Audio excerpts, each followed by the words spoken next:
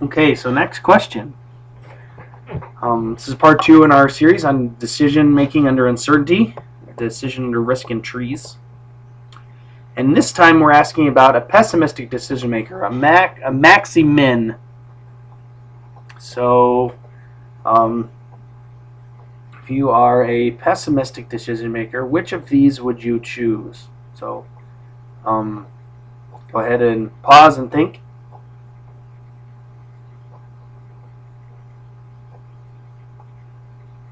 Okay, so if I choose magic, a pessimistic decision maker would believe -5. If I choose mystery, they would believe -1. If I choose mayhem, they will believe -4. So the best of the worst outcomes is -1, and therefore mystery is the choice of a pessimistic decision maker. And let's try it again. So think about it, pause.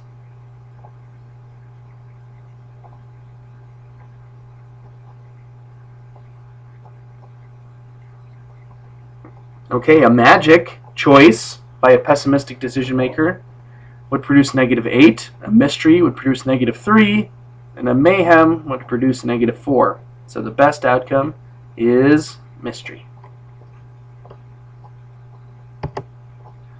Now, optimistic and pessimistic decision making are both pretty extreme beliefs. So we can think about a middle ground where maybe we assign a weight between pessimistic and optimistic outcomes. That's the criterion of realism. So alpha is the percentage value that decision maker places on optimism. So if I have an alpha of 0.5, I put a 50% weight on the optimistic outcome and a 50% weight on the pessimistic outcome. So if I'm 10% optimistic, I would do 0.1 times 140,000 for big plant, and 0.9 times -100,000 for big plant, and so on. So criterion of realism is a nice way to mix between the two, and you can actually get outcomes that neither would do. So for example here, if I do optimistic, I'm going to get big plant. If I do pessimistic, I'm going to get none. But for a particular choice of alpha, say 50-50, big plant is worth 20,000, small plant is worth 20,000 or 30,000, and none is worth 0. And so we would choose small plant, which is something neither optimistic nor pessimistic chose. So that's interesting and also maybe hopeful that we can produce interesting or valuable dispersion and choice using criterion of realism. So another method is the Laplace method, and that uses probabilities, but it just arbitrarily assigns an equal probability to all stated possibilities. So whether or not a boom is rare and a recession is rare, we're just going to assign 33% to everything. And so you can figure out the value of a particular choice by just taking the average of the outcomes across all the states.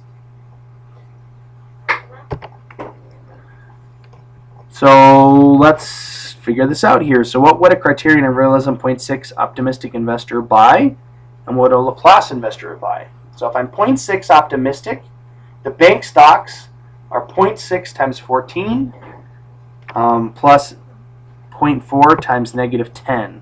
So I'm going to switch over to an Excel sheet here.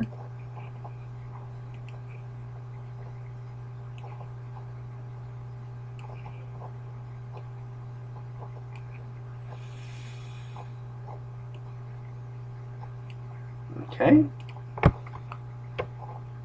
so I want 0.6 optimistic, 0.6 14, 0.4 -10. So equals 0.6 times 14 plus 0.4 times -10. So there's our bank one. Next is non-financials. That's going to be 0.6 times 12 plus 0.4 times -5. 0.6 times 12 plus 0.4 times -5. And then lastly, commercial paper, which is just going to be 1. So using a 0.6 optimistic criterion of realism, we would choose the non-financial stocks. Again, an outcome that is not resulting from either optimistic, which would have picked bank stocks, and pessimistic, which would have picked commercial paper. Now what about Laplace? So Laplace is equal probability of everything, so we just take the average. So equals -10 plus 8 plus 14.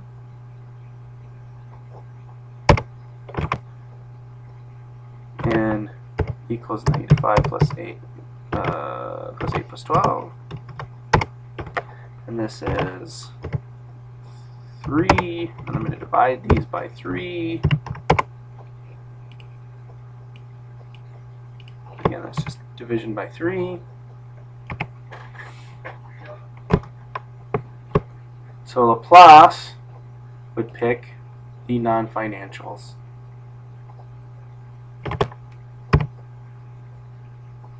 And 5.2 is best, and 5 is best.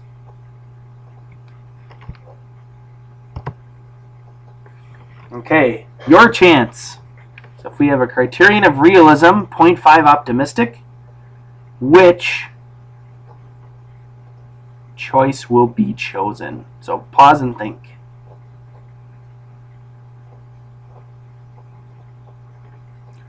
All right, so if we choose magic, we will get a value of 0.5 times 6 is -3, plus 0.5 times 8, which is 4, yielding a total value of 1. If we do mystery, we'll get 2 minus 0.5 is 1.5, and if we do mayhem, we will get 1 minus 2 and get -1. So mystery is the correct answer.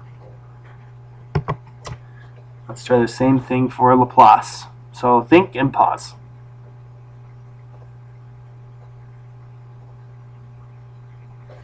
Okay, so my average for the top is 5/3.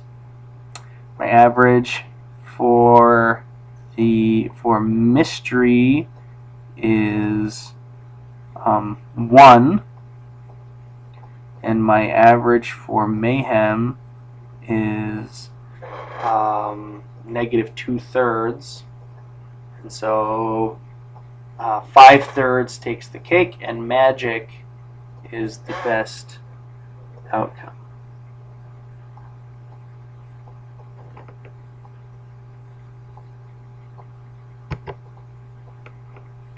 So another decision-making method is minimax regret. So minimax regret is interesting in that rather than looking at outcomes, it looks at foregone outcomes instead.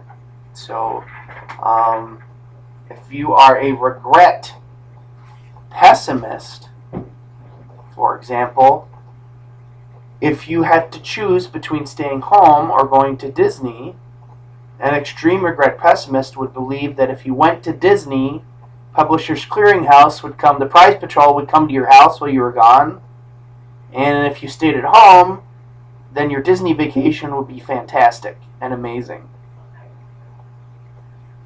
And so